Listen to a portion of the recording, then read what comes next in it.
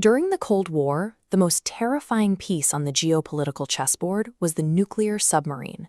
They could slip close to a coastline and launch without warning.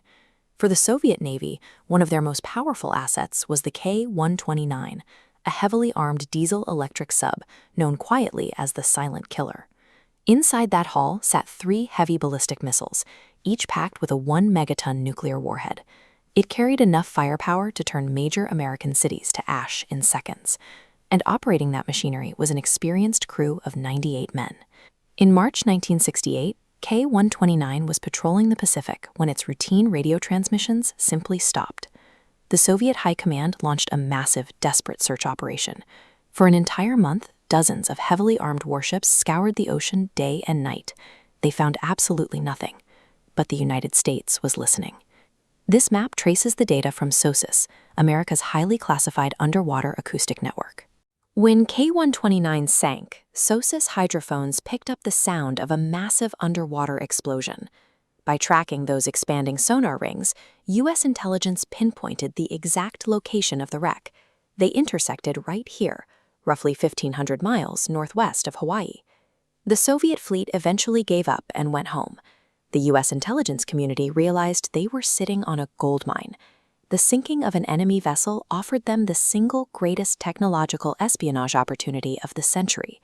The U.S. quietly dispatched a modified submarine, the USS Halibut, to photograph the wreckage. It took over 20,000 images in the pitch black. The photos confirmed they were dealing with a hulking vessel weighing over 1,750 tons, torn open on the seabed. The images also revealed that at least one of the nuclear missiles was still largely intact. If the CIA could somehow haul that wreckage to the surface, they would secure active nuclear warheads and cryptographic codes. Reverse engineering those components would completely compromise Soviet national security. Looking at this depth chart, standard submarines operate close to the surface, but the K-129 rested 16,000 feet down. Historically, the heaviest object ever lifted from those depths weighed just 50 tons. The K-129 was 35 times heavier. The Navy warned this was practically impossible. A mechanical failure meant wasting hundreds of millions of dollars.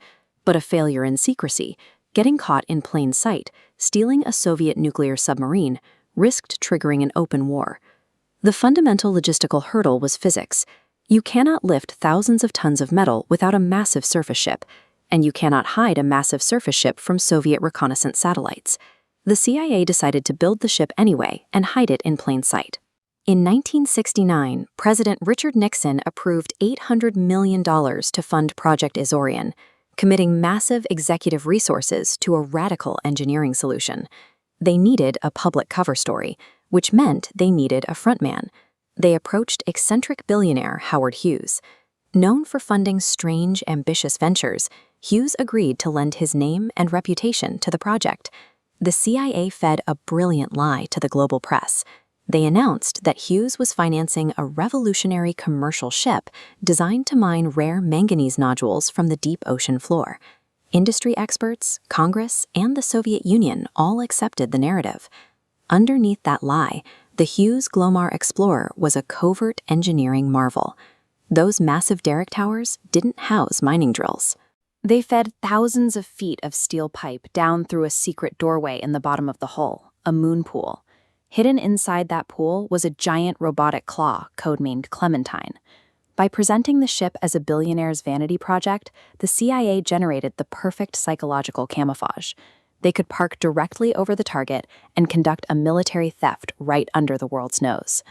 On July 4, 1974, the Glomar Explorer arrived at the exact drop coordinates over the K-129.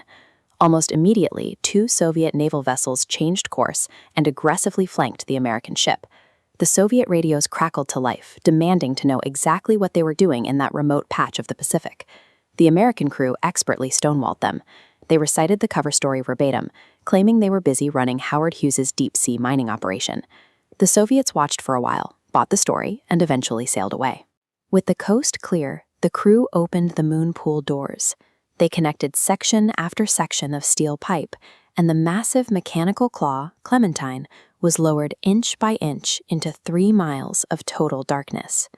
Clementine reached the bottom, and its steel grip clamped onto the K-129.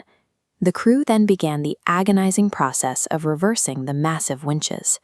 For days, they pulled the immense weight upward, pipe by pipe, bringing the submarine closer to the surface. But the physics of the deep ocean are unforgiving. As the wreckage neared the ship, the extreme pressure and immense weight overwhelmed the machinery. The steel grips gave out, snapping violently under the strain. The main structure fractured. 2/3 of the K-129's hull sheared off and plummeted straight back to the ocean floor. And inside that falling section were the highly prized nuclear missiles. In an instant, a mechanical failure wiped out the most valuable prize of the entire mission. The CIA's dream of total intelligence dominance was reduced to whatever scraps were left in the broken claw. They carefully pulled the remaining front section into the ship. Intelligence officers secured 2 Soviet nuclear torpedoes, critical cryptographic manuals, and the remains of 6 Soviet sailors, who were later buried at sea. It was a massive intelligence win, but the CIA was obsessed with the lost missiles. They immediately began drafting plans for a second recovery mission to grab the rest of the sub. Before they could launch, a fatal leak ruined everything. Burglars stole highly classified documents from Howard Hughes' office. Investigative journalists, like Jack Anderson, got hold of the files and broadcast the truth on national television. The mining project was a fake. The geopolitical backlash was instant. An infuriated Soviet Union deployed warships directly to the K-129 site, issuing stern warnings that any American return would be considered an act of war. The second mission was dead. Cornered by reporters demanding details about the Glomar Explorer, the CIA devised a calculated legal strategy. They refused to lie directly, but they refused to admit guilt. They issued a carefully crafted response. We can neither confirm nor deny. Project Azorian failed to capture the complete K-129, but left a permanent mark on government operations. That single sentence birthed the Glomar response, a doctrine of institutional secrecy that intelligence agencies still use to shield their operations today.